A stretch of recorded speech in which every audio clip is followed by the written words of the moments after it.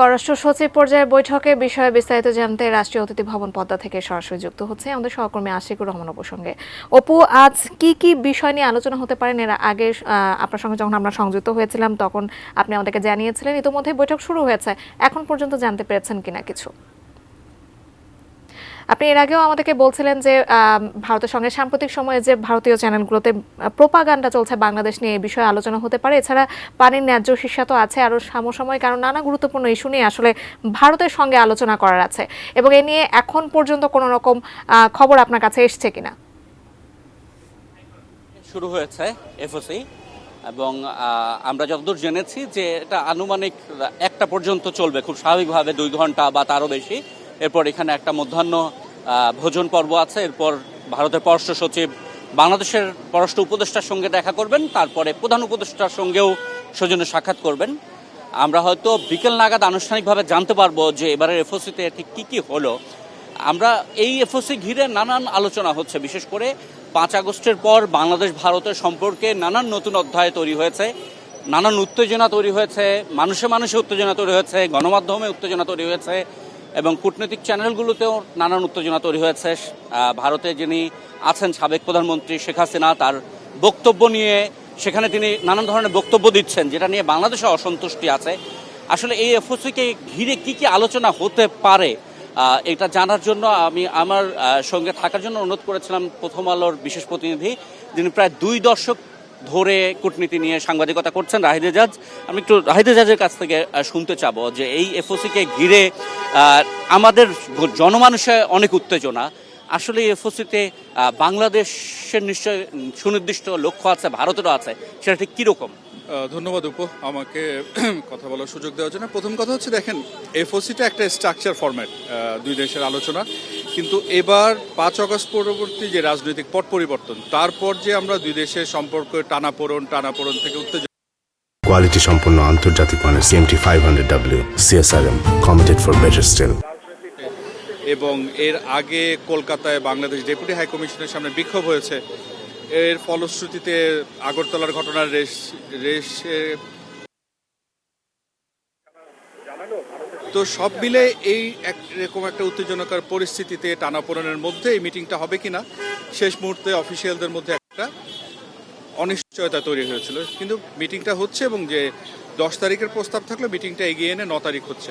তো যেহেতু আমি বলছি একটা বিশেষ রাজনৈতিক পটভূমিতে মিটিংটা হচ্ছে বলে এই সিনিয়র অফিসিয়াল লেভেল মিটিংটা নিয়ে প্রচুর আগ্রহ তৈরি হয়েছে। আমরা জানি যে 5 আগস্ট পরবর্তী যে পট পরিবর্তন, সেটাকে সারা বিশ্ব অনিবার্য পরিণতি হিসেবে স্বাগত জানালেও ভারতের দিক থেকে কিন্তু আমরা এখনও নানান ইস্যু রেইজ করতে দেখছি। বিশেষ করে সংখ্যালঘু নির্যাতন একটা 2 দেশের সম্পর্কের সামনে বড় ইস্যু হয়ে দাঁড়িয়েছে, এবং এটা নিয়ে ভারতের সামাজিক যোগাযোগ মাধ্যমের সাথে পাল্লা দিয়ে মেইনস্ট্রিম মিডিয়াতে যাদেরকে ধরেন ইন্টারন্যাশনালি খুব স্ট্যান্ডার্ড ধরা হয়, তারাও কিন্তু এই অপতথ্য বা ভুল তথ্যের প্রতিদ্বন্দ্বিতায় নেমে গেছেন।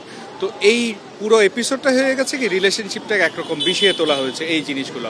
তো ওই রকম একটা প্রেক্ষাপটে যখন মিটিংটা হচ্ছে, আমি মনে করি মিটিংয়ে প্রথম 2 পক্ষ ফর্মালি টেবিলের দুপাশে বসে একে অন্যের বডি ল্যাঙ্গুয়েজ বোঝার সুযোগ পাবেন, নিজেদের প্রশ্ন আপত্তি এগুলো শোনার সুযোগ পাবেন। এটা একটা বড় বিষয়। আর ইস্যু যদি বলেন, দেখেন, এই মুহূর্তে সম্পর্ক যখন খারাপ বলছি, এই 2 দেশের সম্পর্কটা শুধু সরকারের না, 2 দেশের মানুষের মধ্যে, সেটা ব্যবসা, চিকিৎসা, শিক্ষা, নানান রকম লেনদেন, ঘোরাফেরা, এগুলোর মধ্যে আছে।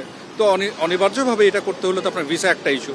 আমরা জানি যে ভারতীয় ভিসা সেই 5 আগস্টের পর ধীরে ধীরে কমতে কমতে এমন এক জায়গায় এসছে, শুধু মেডিকেল ভিসায় সেটা রেস্ট্রিক্টেড হয়ে গেছে। অন্যদিকে একটু আগে বলছিলাম, ত্রিপুরার মিশনে সেই ঘটনার পর আমরা ভিসা অপারেশন সাসপেন্ড করেছি। কলকাতা মিশন থেকে ভিসার যে একটা সিলিং থাকে প্রতিদিন, যেটা 250 বা তার বেশি দেওয়া হতো, সেটা অর্ধেকে নামিয়ে আনা হয়েছে। তার মানে এই যে সাধারণ যাতায়াতের যে ভিসার একটা ইস্যু এই আলোচনায় আসার কথা।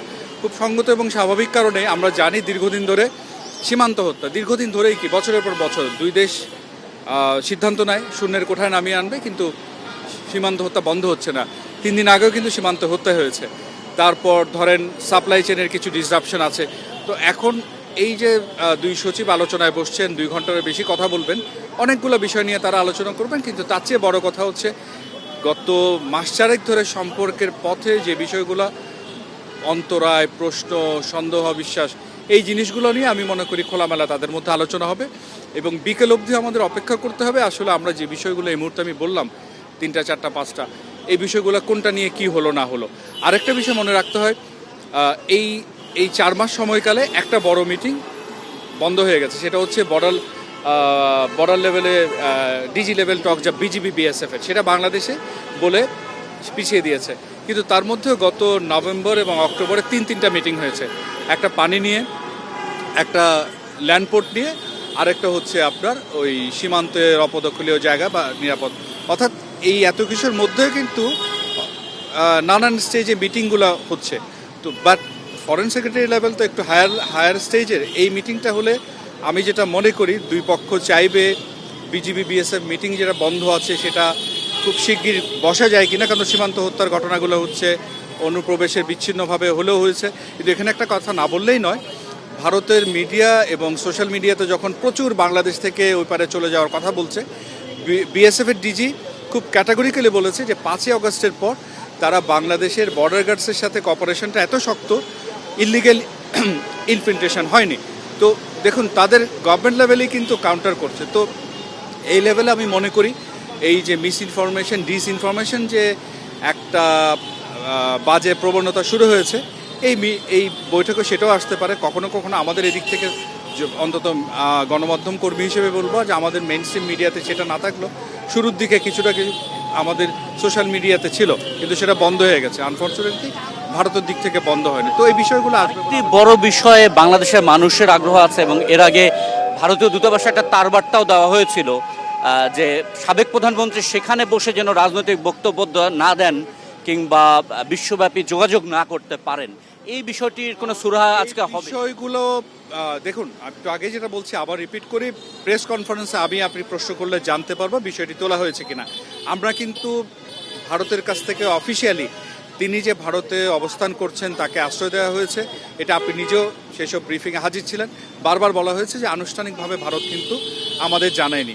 কালকে কিন্তু প্রধান উপদেষ্টার প্রেস অ্যাডভাইজার বলেছেন যে নিজস্ব কিছু প্রসেস শেষ করে, আমরা জানি যে ইন্টারপোলের একটা রেড নোটিস অ্যালার্ট ইস্যু করার জন্য বলা হয়েছে, তো আমাদের ইন্টারনাল প্রসেস শেষ করে যেহেতু ট্রাইব্যুনাল গঠন করা হয়েছে, তার বিরুদ্ধে মামলা হয়েছে সাবেক প্রধানমন্ত্রীর বিরুদ্ধে, কাজে তাকে চাওয়া হতে পারে বা তোলা হতে পারে, সেটা বোধহয় আরও কিছু সময় লাগবে। এখন আজকের মিটিংয়ে সাবেক প্রধানমন্ত্রী শেখ হাসিনার যে বিষয়টা বললেন, কারণ শুধু বক্তব্য মানা করা তো না, আমরা কিন্তু অফিসিয়ালি ইন্ডিয়ার কাছ থেকে এখনও জানি না যে ইন্ডিয়া আমাদেরকে বলেনি, অন্তত সরকারি তরফ থেকে যেটা বলা হয়েছে তাকে সেখানে আশ্রয় দেওয়া হয়েছে। তো এই বিষয়টা তো আদার দেন আশ্রয় দেওয়া, বক্তৃতা বন্ধ করা, আশ্রয় দেওয়ার বিষয়টা তো আসবেই। ধন্যবাদ। অনেক ধন্যবাদ। আমরা কথা বলছিলাম প্রথম আলোর বিশেষ প্রতিনিধি রাহিদা জাহাজের সঙ্গে। তার কাছ থেকে আসলে শুনলাম আজকে বিকেল 5:30 নাগাদ বাংলাদেশের পররাষ্ট্র সচিব একটা আনুষ্ঠানিক সংবাদ সম্মেলন করবেন। তখন হয়তো আমরা বিস্তারিত প্রশ্ন করার এবং জানার সুযোগ পাবো। এর মাঝখানে দুই দেশের বিভিন্ন চ্যানেলে হয়তোবা প্রেস রিলিজ বা অন্যান্য তথ্য আসতে পারে, সেগুলো নিশ্চয় আপনাদের সামনে আমরা বিভিন্নভাবে তুলে ধরার চেষ্টা করবো। জাকিয়া।